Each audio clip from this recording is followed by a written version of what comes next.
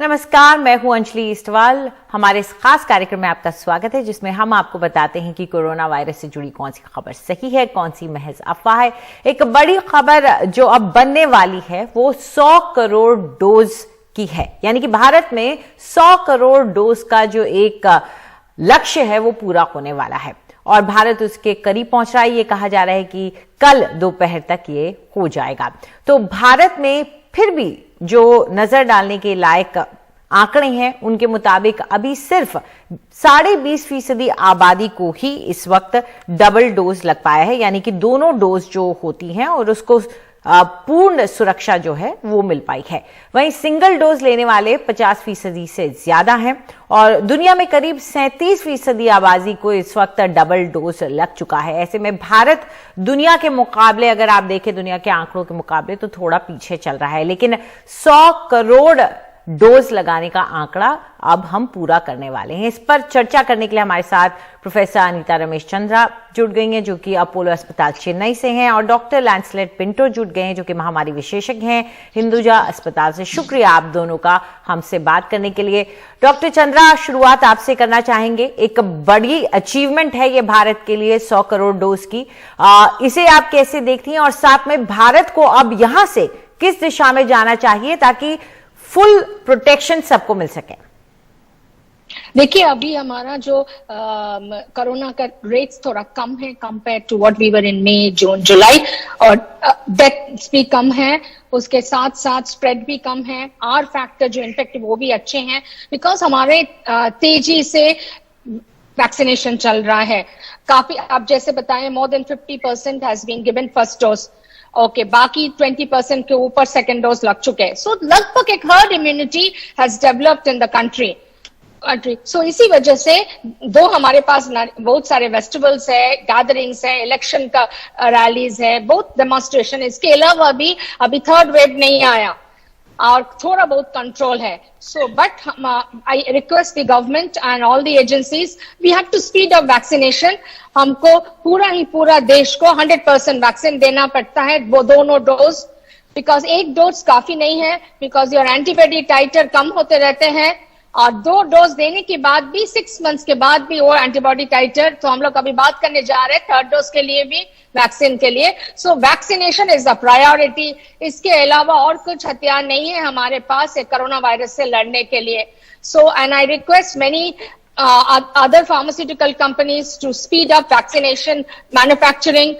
बहुत सारे वैक्सीन्स, काफी डिफरेंट वैक्सीन्स, बच्चों के लिए भी वैक्सीन्स बहुत ज्यादा चाहिए। अभी I know 2 approval has come but अभी vaccines is not rolled out. जो पर्टिकुलरली हाई रिस्क बच्चों है, जो स्कूल जा रहा है, उसके लिए बहुत जरूरी है कि तुरंत वैक्सीन देने के लिए। So these are the front lines. Vaccine बढ़ाना है, मोर अवेयरनेस करना है, सेकेंड डोज देना है, थर्ड डोज के लिए तैयारी करना है। बच्चों लोग लेस देन 18 को सबको वैक्सीन देना है, तब हमारे पास फुल हर्ड इम्यूनिटी मिलेगा। बिल्कुल, हम ये 100 करोड़ डोज का एक इस माइलस्टोन पे रुक नहीं सकते हैं, बढ़ते रहना है। डॉक्टर पिंटो, एक चिंता की बात यह भी रही है कि ज्यादातर लोग अपनी फर्स्ट डोज तो बड़ी उत्साह के साथ ले लेते हैं और उनके मन में चिंताएं भी रहती हैं तो जल्दी जाके ले लेते हैं, लेकिन सेकेंड डोज को लेकर लोगों में लापरवाही दिख रही है। धन्यवाद अंजलि, मुझे प्रोग्राम पे बुलाने का। हम अक्सर देखते हैं कि जैसे केसेस कम होते जाते हैं, लोगों में ये कॉन्फिडेंस बढ़ने लगता है कि कोरोना नहीं है, कोविड नहीं है, और ये जो एंथुजियाज्म है, जो वैक्सीन लेने का जो चाहत रहती है, वो धीरे धीरे कम होने लगता है। जैसे ये परसेप्शन, जैसे लोगों को लगने लगता है कि कोरोना इतना बड़ा प्रॉब्लम नहीं है। एंड इसके खिलाफ हमको डेफिनेटली डिफेंड करना और काम करना है इसके लिए, क्योंकि हम जानते हैं कि एक dose vaccine moderate to severe disease जो रहता है उससे काफी अच्छा प्रोटेक्शन प्रोवाइड करता है। 80% तक प्रोटेक्शन मिलता है कि आप हॉस्पिटल में भर्ती शायद नहीं होंगे, कोई बुरा आउटकम नहीं होगा आपके साथ। लेकिन अगर हमको ट्रांसमिशन रोकना है कम्युनिटी में, अगर हम चाहते हैं कि लोग इन्फेक्ट नहीं हुए, इतने फैले नहीं ये बीमारी, तो हमको 2 डोजेज जल्द से जल्द लोगों को दिलवाना बहुत जरूरी है, क्योंकि हम जानते हैं कि इन्फेक्शन के खिलाफ एक डोज इतना इफेक्टिव नहीं है। लोग इन्फेक्ट होते जाएंगे अगर हम इसको 2 डोजेज नहीं दें, और जैसे ज्यादा लोग इन्फेक्ट होते जाएंगे तो फिर नए वेरिएंट्स जो है, नए वेरिएंट्स फॉर्म होने के चांसेस बढ़ जाते हैं। तो इसके खिलाफ हमको जितना अवेयरनेस स्प्रेड कर सकते हैं, जितना लोगों को बता सकते हैं कि भले ही आपको लगता हो कि कोरोना के नंबर्स अब कम है, पिछले साल भी दिवाली के पहले बहुत कम थे, लेकिन अनफॉर्चुनेटली फिर डेल्टा वेरिएंट ने सब कुछ चेंज किया है। तो हमको सतर्क रहना जरूरी है, और जितने जल्द से जल्द सारे लोगों को 2 डोजेस दे पाए उतना हमारे देश के लिए अच्छा होगा। बिल्कुल, दोनों डोज जरूरी है, और दोनों डोज लगने के बाद मास्क पहनना भी बेहद जरूरी है, यह हम सबको समझना होगा। आप दोनों हमारे साथ इस चर्चा में जुड़े, शुक्रिया आपका। और इस वक्त हम एक छोटा सा ब्रेक लेंगे। ब्रेक के बाद हम जानेंगे कि कैसे विदेशों में पढ़ने का ख्वाब रखने वाले कई छात्र अब नहीं जा रहे हैं विदेश। कोरोना ने कैसे असर डाला है बच्चों की पढ़ाई पर। विदेशों में पढ़ने का ख्वाब कई छात्र और उनके माता पिता पालते हैं, पैसे इकट्ठे करते हैं, सालों से मेहनत करते हैं, लेकिन कोविड ने कईयों की जमा पूंजी बर्बाद कर दी है।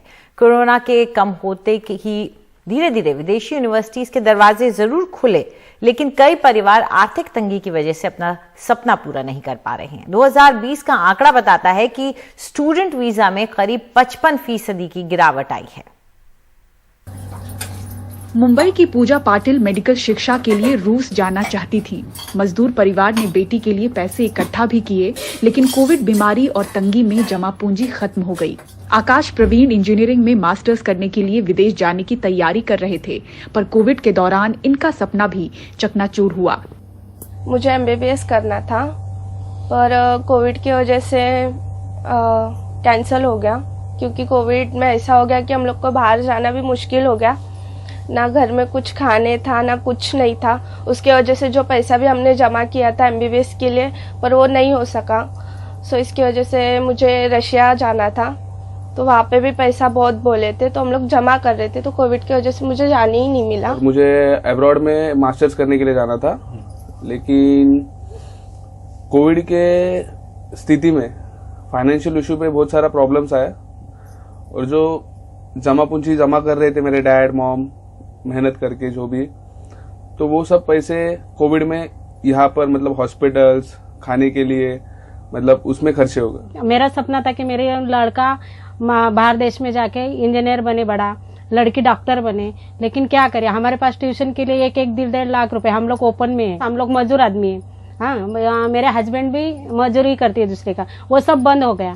तो जितना हमारे पास थोड़ा बहुत पैसा था, ये तो बच्चे लोग को पढ़ाई के लिए मतलब खत्म हो गया।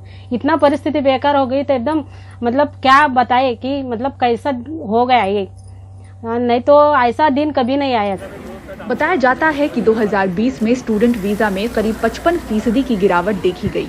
आर्थिक तंगी के बीच कोरोना के कारण अधिकांश देशों की बंद सीमाएं इसका बड़ा कारण रही। कुछ देशों ने छात्रों के लिए अब अपने दरवाजे खोले हैं, कुछ का इंतजार है। एजुकेशन काउंसलर करण गुप्ता बताते हैं कि कुछ महीनों में पढ़ाई के लिए विदेश जाने वाले छात्रों की संख्या अचानक बढ़ेगी।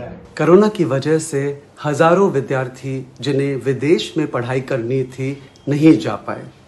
US, UK, कनाडा सभी देश की एम्बेसियों ने हाल ही वीजा नंबर्स रिलीज की हैं, और ये देखकर साफ जाहिर है कि पिछले 1.5 साल में बहुत कम स्टूडेंट्स विदेश पढ़ने के लिए जा पाए।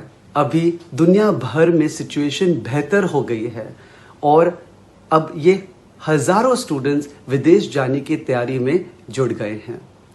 अगले 2 से 3 महीने में भारी संख्या में ये स्टूडेंट्स विदेश के लिए रवाना होंगे। महाराष्ट्र छात्रों को विदेश भेजने वाले सबसे बड़े राज्यों में शामिल रहा है। यहाँ 2019 में जहाँ करीब 64,000 स्टूडेंट वीजा इशू हुए, तो 2020 में ये करीब 29,000 पर आ गए, करीब 55% नीचे।